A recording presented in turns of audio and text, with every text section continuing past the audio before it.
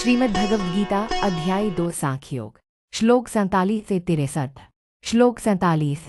कर्मण्येवाधिकारस्ते मा फलेषु कदाचन मा कर्मफल हेतुर्भूर्मते संगोस्त कर्मणि 2:47। भावार्थ है, तुम्हारा अधिकार केवल कर्म करने में है, उसके फल में कभी नहीं, इसलिए फल के हेतु मत बनो और अकर्मण्यता में भी आसक्त मत हो। श्लोक 48।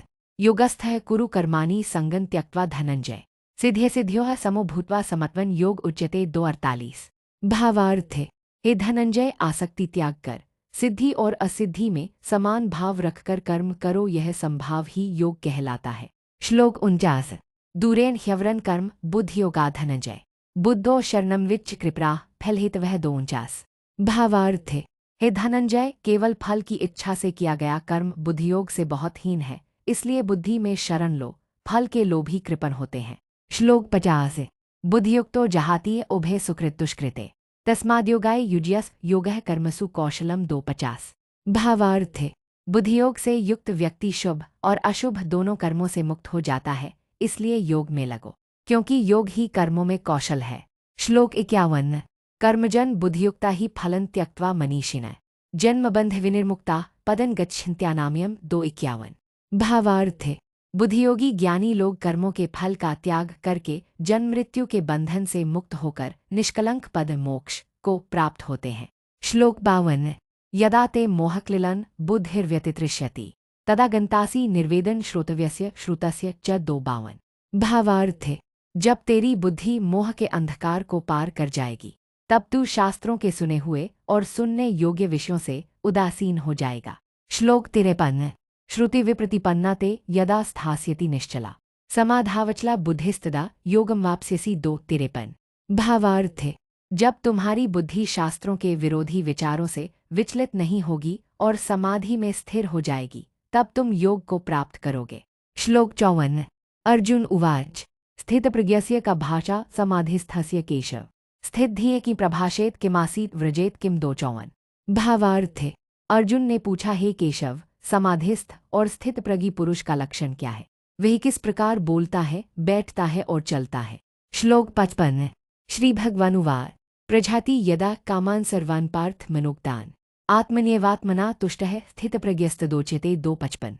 भावार्थ है, श्री भगवान बोले, हे पार्थ, जब मनुष्य मन में उत्पन्न सभी इच्छाओं को त्याग देता है और आत्मा में ही संतुष्ट रहता है, तब उसे स्थित प्रज्ञ कहते हैं। श्लोक 56। दुःखेष्वनुद्विग्नं न सुखेषु विगतस्पृहः वीतरागभयक्रोधः स्थितधीर्मुनिरुच्यते 2:56। भावार्थ है, जो दुखों में विचलित नहीं होता, सुखों में आसक्त नहीं होता और जो राग भय और क्रोध से मुक्त है, वही स्थिर बुद्धि वाला मुनि कहलाता है। श्लोक 57। यह सर्वत्रान्भिस्नेहस्थित प्राप्य शुभाशुभम नाभिनंदति न द्वेष्टि तस्य प्रज्ञा प्रतिष्ठिता 2:57। भावार्थ है, जो व्यक्ति किसी में भी आसक्ति नहीं रखता, जो शुभाशुभ मिलने पर न प्रसन्न होता है न घृणा करता है, उसकी प्रज्ञा स्थिर है। श्लोक 58। यदा संहर्ते चायन कुर्मोंगानीव सर्वश इंद्रियानीन्द्रियार्थेभ्यस्तस्य प्रज्ञा प्रतिष्ठिता 2:58।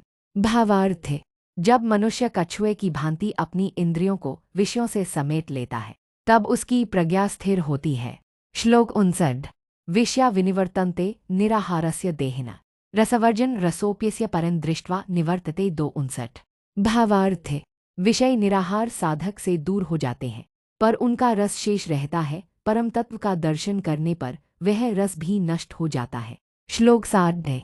यत्तो ह्यपि कौन्तेय पुरुषस्य विपश्चिता इंद्रियाणि प्रमाथीनि हरन्ति प्रसभन मनः 2:60। भावार्थ है, हे कौन्तेय, प्रयत्नशील ज्ञानी पुरुष का भी मन प्रमथन करने वाली इंद्रियां बलपूर्वक हरण कर लेती हैं। श्लोक 61 है, तानि सर्वाणि संयम्य युक्त आसीत मत्पर वशे ही यस्येन्द्रियाणि तस्य प्रज्ञा प्रतिष्ठिता 2:61। भावार्थ है, उन इंद्रियों को वश में करके मुझ में स्थित होकर युक्त होकर बैठना चाहिए, जिसकी इंद्रियां वश में हैं, उसकी प्रज्ञा स्थिर है। श्लोक 62 है, ध्यायतो विषयान् पुंसः संगस्तेषुपजायते संगात संजायते कामः कामात् क्रोधोऽभिजायते 2:62। भावार्थ है, विषयों का ध्यान करने वाले पुरुष में विषयों के प्रति आसक्ति उत्पन्न होती है, आसक्ति से कामना और कामना से क्रोध उत्पन्न होता है।